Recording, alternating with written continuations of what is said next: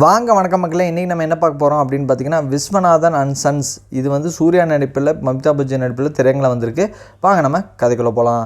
படத்தை ஓப்பன் பண்ண உடனே ஹீரோ பேர் விஸ்வநாதன். அவர் வந்து ஒரு பிஸ்டல் ஷூட்டர். இவர் வந்து இந்தியாவுக்கு ப்ரெசென்ட் பண்ணுறாரு ஒலிம்பிக்ஸில். அவங்க அம்மாவுக்கு வந்து பயங்கரமான ஆசை. அவங்க அம்மா தான் ராதிகா இந்த படத்தில், அவங்க பேர் நிர்மலா. அவங்களுக்கு வந்து பயங்கரமான ஆசை என்னென்னா, தலைமை வந்து கோல்டு அடிக்கணும்னு. தலைமை சரி கோல்டு அடிக்க நம்ம அடுத்த நாள் ப்ராக்டிஸாக இருப்போம்னு பார்த்தா, அவரோட பிஸ்டலை வந்து பக்கத்து நாட்டுக்காரங்க யாரோ வந்து அதை உடச்சி போட்டுறாங்க. இவர் வந்து அதை வந்து அசம்பிள் பண்ணி இவர் போய் ஷூட்டிங் கேமில் வந்து கலந்துக்கிறாரு. பிஸ்டல் ஷூட்டிங்கில் வந்து இவர் கோல்டும் ஜெயிக்கிறாரு. இந்தியாவுக்கு ரெப்ரசன்ட் பண்ணி கோல்டு ஜெயிச்ச உடனே பயங்கரமான விசில் பறக்குது.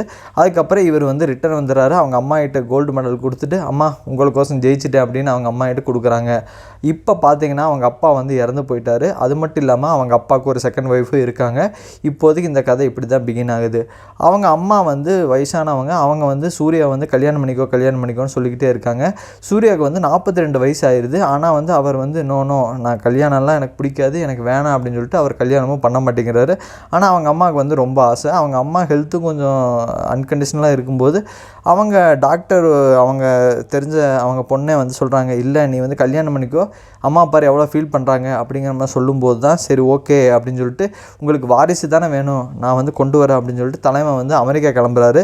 கிளம்பி போய் ஒரு 10 மாதத்தில் ஒரு குழந்தை எடுத்துகிட்டு வர்றாரு. எல்லாத்துக்குமே ஷாக்கு. ஃபேமிலியில் இருக்கிற எல்லாத்துக்குமே என்னடா இது ஒரு குழந்தை இவர் பாட்டுக்கு எடுத்துகிட்டு வர்றாரு அப்படின்னு பார்த்தா, இவர் வந்து சரகேட் மதர் இருக்காங்கள்ல, அதாவது இவரோட ஸ்பெர்ம் வந்து இன்னொருத்தவங்க லேடிக்கு இன்ஜெக்ட் பண்ணி அவங்க மூலிமா குழந்தை வந்து பிறந்திருக்கும். அந்த குழந்தைய வந்து இவர் வந்து 10 மாதம் கழித்து தூக்கிட்டு வருவார். இது என்னோடய குழந்தை அப்படின்னு வந்து காமிப்பார். அவங்க ஃபேமிலியில் எல்லாத்துக்குமே ஷாக்கு. ராதிகாக்கெல்லாம் பயங்கரமாக கடுப்பாயிரும். என்னடா இது, நான் என்ன கேட்டால் உன்னை கல்யாணம் பண்ணி சொன்னால் என்ன பண்ணி வச்சுருக்க நீ அப்படின்ட்டு, நீங்கள் தானே வாரிசு வேணும், நீங்கள் இந்தாங்க குழந்தைய வச்சு சமாளிங்க அப்படின்ட்டு கொடுத்துட்டு கிளம்பிடுறாரு ஆஃபீஸு.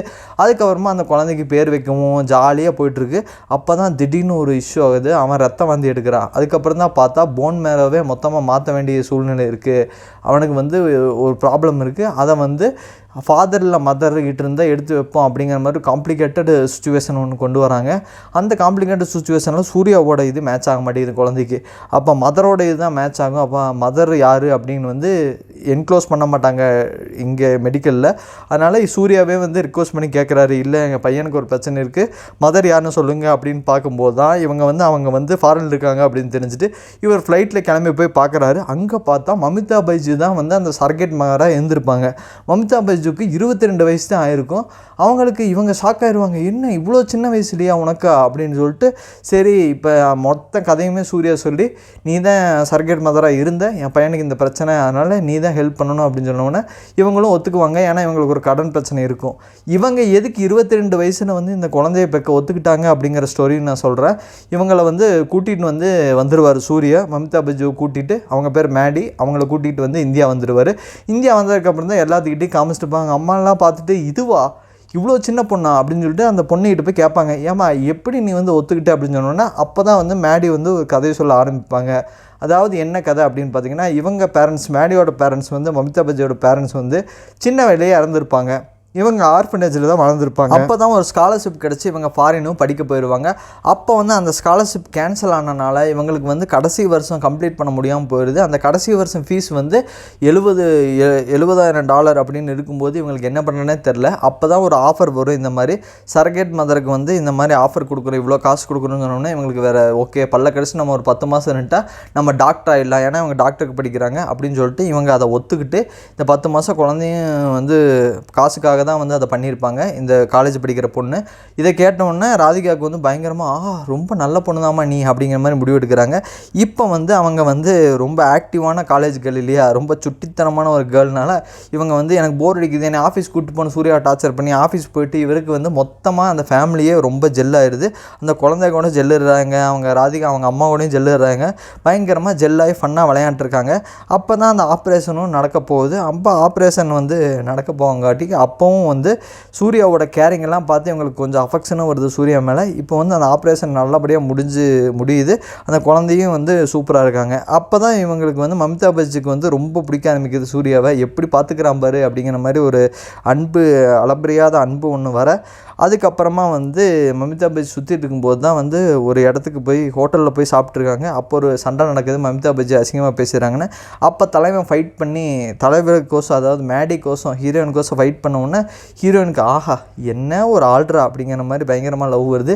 இது வந்து லவ் பயங்கரமாக டெவலப் ஆக அந்த சுட்டித்தனமான கேரக்டர் வந்து எல்லாத்துக்குமே வீட்டில் பிடிக்க ஆரம்பிக்க, ராதிகாவுக்கும் ரொம்ப அன்பாச்சா இந்த பொண்ணே கல்யாணம் பண்ணிட்டு எவ்வளோ நல்லாயிருக்கும் அப்படிங்கிற மாதிரி ஆக இவங்களும் வந்து பயங்கரமாக ஜெல்லு ஆயிடுறாங்க. அதுக்கப்புறமா இவங்க ஃபாரின் போகிற டைம் வந்தப்போ சூர்யா கிட்ட வந்து நான் உன்னை லவ் பண்ணுறேன், தயவு செஞ்சு நான் இங்கே தான் இருப்பேன் அப்படின்னு சொல்லி இவங்க வீட்டில் அவங்க ராதிகாவையும் கன்வின்ஸ் பண்ணுறாங்க. உங்களை நான் வந்து அத்தனை கூப்பிட்னா ஒழுங்காக உங்கள் பையனை கன்வின்ஸ் பண்ண வைங்க அப்படின்ட்டு. ராதிகாவும் போய் பேசுகிறா, அப்பா அந்த பொண்ணு ஒன்று லவ் பண்ணுதாப்பா, அதெல்லாம் முடியாது நீ வா அப்படின்னு சொல்லிட்டு இவளை கூப்பிட்டு போய் வந்து ஏர்போர்ட்டில் இறக்கி விட்டு ஒழுங்காக கிளம்பி போயிரு, நம்ம இதோட முடிஞ்சது நம்ம டீலிங், இந்த அவங்க காசு அப்படின்னு சொல்லிட்டு கிளம்பி டீலிங் முடிச்சுட்டு இவர் பாட்டுக்கு வந்துடுறாரு ரிட்டன். ஆனால் வந்து மம்தா மேடி வந்து கிளம்பி போகாமல் தலைவி வந்து ரிட்டன் வந்துடுறாங்க. அடுத்த நாள் காலையில் பார்த்தா இவங்க வந்து வெளியே உட்காந்து போராட்டம் பண்ணுறாங்க.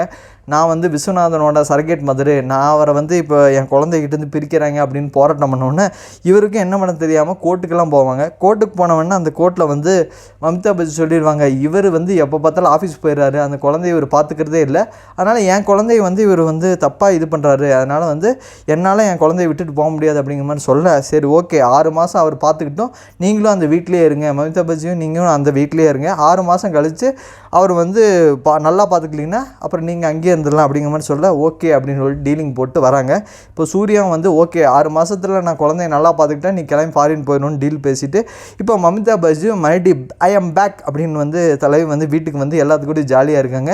ஆர்த்தி எடுக்க ராதிகா அவங்கெல்லாம் தட்டெல்லாம் எடுத்துகிட்டு வந்து ஒரு மாதிரி ஜெல்லாக ஜாலியாக இருக்காங்க. அப்போ தான் சூர்யா வந்து கஷ்டப்பட்டு பார்த்துக்கிறாரு அந்த குழந்தைய. அச்சோ என்ன பண்ணுறதுன்னு தெரியல அப்படிங்கிற மாதிரி பார்த்துக்கிறாரு. இதை வேறு அப்பப்போ இன்ஸ்பெக்ட் பண்ணவும் வந்து கோர்ட்லேருந்து வர்றதுனால இவர் வந்து பார்த்துக்கிட்டே ஆகணும் ஒரு கட்டாயத்தில். இவர் கஷ்டப்பட்டு டே அண்ட் நைட்டாக பார்த்துக்கிறாரு. இவருக்கும் ஒன்றுமே புரியல. இவர் சரி ரெஸ்ட் எடுப்போம் அப்படின்ட்டு ஆஃபீஸில் போய் இந்த குழந்தைய வந்து ஆஃபீஸில் இருக்கவங்ககிட்ட பார்த்துக்கோ அப்படின்னு சொல்லிட்டு இவர் பார்த்து ரெஸ்ட் எடுத்துருக்காரு. அப்போ ஆஃபீஸில் இருக்கவங்க குழந்தைய தூக்கி போட்டு விளையாண்டுருக்கு. அப்போ மமிதா பஜ்ஜி பார்க்க வந்தாங்க. வெறியாகி என் குழந்தை இப்படி தான் பார்த்துப்பியா, நீ ஒன்றும் பார்க்கவே வேணாம் அப்படின்னு சொல்லி குழந்தைய தூக்கிட்டு வந்துடுறாங்க. இவங்களுக்குள்ள பயங்கரமாக சண்டை நடக்குது. ஹஸ்பண்ட் அண்ட் ஒய்ஃப் மாதிரி சண்டை போட்டுக்கிறாங்க. ஆனால் சூர்யா வந்து தெளிவாக இருக்கார், இந்த பொண்ணு வந்து ரொம்ப சின்ன பொண்ணு, நம்மளுக்கு செட் ஆகாது அப்படிங்கிற மாதிரி தெளிவாக இருக்காங்க. அப்போ இவர் 40 வயசு வரைக்கும் கல்யாணம் பண்ணாமல் இருக்கார். இவர் ஃபிசிக்கலாக எப்படி அப்படின்னு ராதிகா கிட்ட மமிதா பஜ்ஜி கேட்க, அவன் வந்து என்ன பண்ணுறான்னா மாதத்துக்கு கொடுத்துட்டு ஃபாரின் போயிடுறான், ஃபாரின் போய் ஜாலியாக இல்லாத பொண்ணு கூட இருந்துட்டு வரான், நான் ஒரு நாள் அவன் பேக்கில் வந்து காண்டம் பார்த்தேன் அப்படிங்கிற மாதிரி ராதிகா சொல்ல, மமிதா பஜ்ஜி இதை வந்து சூர்யா முன்னாடியும் சொல்லி உங்கள் அம்மாக்கெல்லாம் தெரியுமாம்மா நீ மாதம் ஃபாரின் போகிறது அப்படின்னோடனே ரொம்ப எம்பாசரிங் மூமெண்ட்டாக ஆகி அது ஒரு காமெடியாக போயிட்டுருக்கும். இப்போ வந்து இந்த 3 பேருமே ஜாலியாக சுற்றிட்டு இருக்கு. அப்போ தான் ஒரு கிரிட்டிக்கல் சுச்சுவேஷனில் வந்து என்ன நடக்கும் அப்படின்னு பார்த்தீங்கன்னா அந்த கோர்ட்லேருந்து ஆளுங்க வருவாங்க. அப்போ மமிதா பஜ்ஜி தான் குழந்தைக்கு வந்து சாப்பாடு ஊட்டிகிட்டு இருப்பாங்க.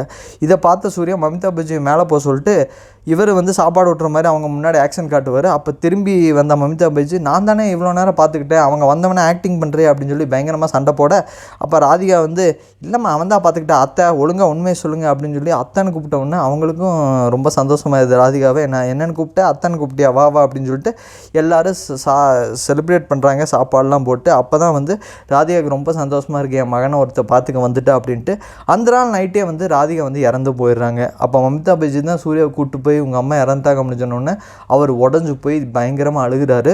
அதுக்கப்புறமா ஒரு கதை சொல்லியிருந்தேன் இல்லையா, சூர்யாவுக்கு வந்து அப்பாவுக்கு வந்து செகண்ட் ஒய்ஃப் இருந்தார் சூர்யாவோட அப்பாவுக்கு அப்படிங்கிற மாதிரி, அவங்களும் வந்திருப்பாங்க. அவங்களுக்கு வந்து ஒரே ஒரு பொண்ணு இருப்பாங்க. அந்த பொண்ணு மேரேஜ் வேறு நடக்க போகுது.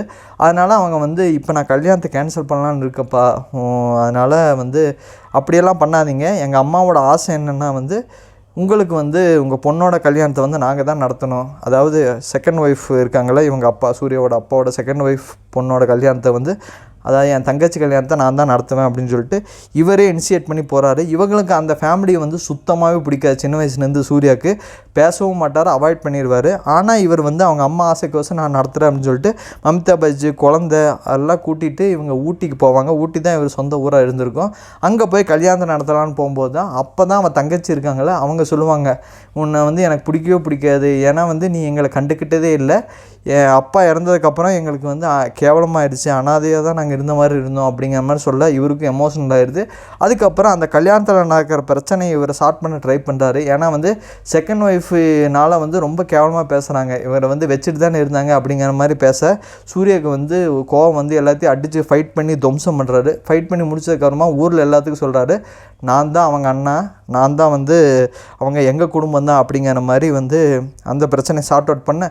அதுக்கப்புறமா வந்து அவங்க இருக்காங்க இல்லையா, செகண்ட் ஒய்ஃபோட அப்பா அம்மா வந்து சுத்தமாக பேசுகிறது இல்லை, அவங்களையும் கூட்டிகிட்டு அந்த கல்யாணத்துக்கு வந்து எல்லாத்தையுமே ஒட்டு சேர்க்குறாரு. ஒட்டு சேர்த்து வந்து அந்த கல்யாணத்தை ஜாம்னு நடத்த முடிக்கிறாரு. கல்யாணம் முடிஞ்சதுக்கப்புறமா அவங்க அம்மா வந்து கேட்குறாங்க சூர்யா கிட்ட, நீயும் கல்யாணம் பண்ணிக்கலாம் இல்லைப்பா, உங்கள் அம்மா இறந்ததுக்கப்புறம் எனக்கு ஒரு கில்ட்டியாக இருக்குது, நீ வந்து கல்யாணம் பண்ணிக்காமல் இருக்கிறது அப்படின்ட்டு. ஏன்னா சூர்யா கல்யாணம் பண்ணிக்காமல் இருந்ததுக்கு காரணம் என்ன அப்படின்னு பார்த்தீங்கன்னா, அவங்க அப்பா சொல்லியிருப்பார் வந்து எனக்கு வந்து லவ் வந்து மாறிக்கிட்டே இருக்குது, உங்கள் அம்மா கிட்ட இருந்தது இப்போ அந்த பொண்ணுக்கிட்ட இருக்குது அப்படிங்கிற மாதிரி சொல்ல இவர் வந்து நான் வாழ்க்கையில் லவ்வே பண்ண மாட்டேன் அப்படிங்கிற மாதிரி முடிவெடுத்திருப்பார். அதனால தான் அவங்க வந்து பேசிகிட்டு இருப்பாங்க, இப்போ தயவு செஞ்சு வந்து பழைய விஷயத்தெல்லாம் மறந்துடு, நீ வந்து கல்யாணம் பண்ணிக்கோ, பாரு மேடி அதை மமிதா பஜ்ஜுவே நீ கல்யாணம் பண்ணிக்கோ அப்படின்னு சொன்னோடனே, இல்லை அவங்களுக்கு வந்து வயசு வித்தியாசம் இருக்குது, சின்ன பொண்ணு எப்படி நான் கல்யாணம் பண்ணிக்க முடியும் அப்படிங்கிற மாதிரி எக்ஸ்பிளைன் பண்ணிட்டு இவருக்கு வந்து அந்த பொண்ணு எனக்கு பிடிக்கும், ஆனாலும் வந்து கல்யாணம் பண்ணிக்க மாட்டேன், அவள் இப்போ பாரு கெரியரையே விட்டுட்டு அவள் டாக்டர் படிக்கணும்னு அவள் எய்மு, ஆனால் இப்போ வந்து டாக்டர் இதையே வந்து டிஸ்கண்டினியூ பண்ணிவிட்டு எனக்கோசம் இவ இங்கே இருக்கிறா, எனக்கு சுத்தமாக பிடிக்கல அப்படின்னு சொன்னோடனே இதை வந்து மமிதா பஜ்ஜிக்கிட்டையும் சொல்ல அவங்களும் வந்து புரிஞ்சுக்கிறாங்க. அதுக்கப்புறமா சூர்யா சொல்லிடுறாரு, நீ கிளம்பிப்போ, உன் படிப்பை முடியும், அதுக்கப்புறம் பேசிக்கலாம் அப்படின்ட்டு. இவங்களும் வந்து என்னை மறந்துடு, இது வந்து ஒர்க் அவுட் ஆகாது அப்படின்னு தெளிவாக சொல்லிடுறாரு. மமிதா பஜ்ஜிக்கும் வேறு வழியே இல்லாமல் ஓகே நான் மறந்துடுறேன் அப்படின்னு சொல்லிட்டு கிளம்பி வந்து ஃபாரின்னு போய் அந்த கடைசி வருஷத்தை படிக்க போகிறாங்க. மொத்த செலவுமே சூர்யா தான் ஏற்றுக்கிறாரு. அங்கே போய் படிக்கிறாங்க, படித்து முடிச்சு டாக்டராக படிச்சுட்டே இருக்காங்க. அப்போ இந்த பையன் வந்து இவங்களை மிஸ் பண்ணுவாங்கள்ல இந்த அம்மாவை, அதனால் அப்பப்போ இவர் வந்து ஃபாரின் அனுப்பிச்சி விட்றாரு அந்த குட்டி பையனை. இவங்களும் வந்து அப்பப்போ பர்த்டே எல்லாம் செலிப்ரேட் பண்ணிட்டு திருப்பி அனுப்பிச்சிடுறாங்க. அதுக்கப்புறம் இவங்க படிப்பெல்லாம் முடிச்சுட்டு இவங்க வந்து கிளம்பி வரும்போது தான் இவன் வந்து சுத்தமாக நான் பேசவே மாட்டேன் அப்படின்னு சொல்லியிருப்பாங்க மமிதா பைஜு. ஆனால் இவர் வந்து ஒரு பர்சனல் நம்பர் ஒன்று வச்சுருப்பார், குட்டி ஃபோன் ஒன்று. அது வந்து அந்த நம்பர் வந்து அவங்க அம்மாவுக்கு முன்னாடி தான் இத்தனை வருஷமாக கொடுத்து வச்சுருப்பார்.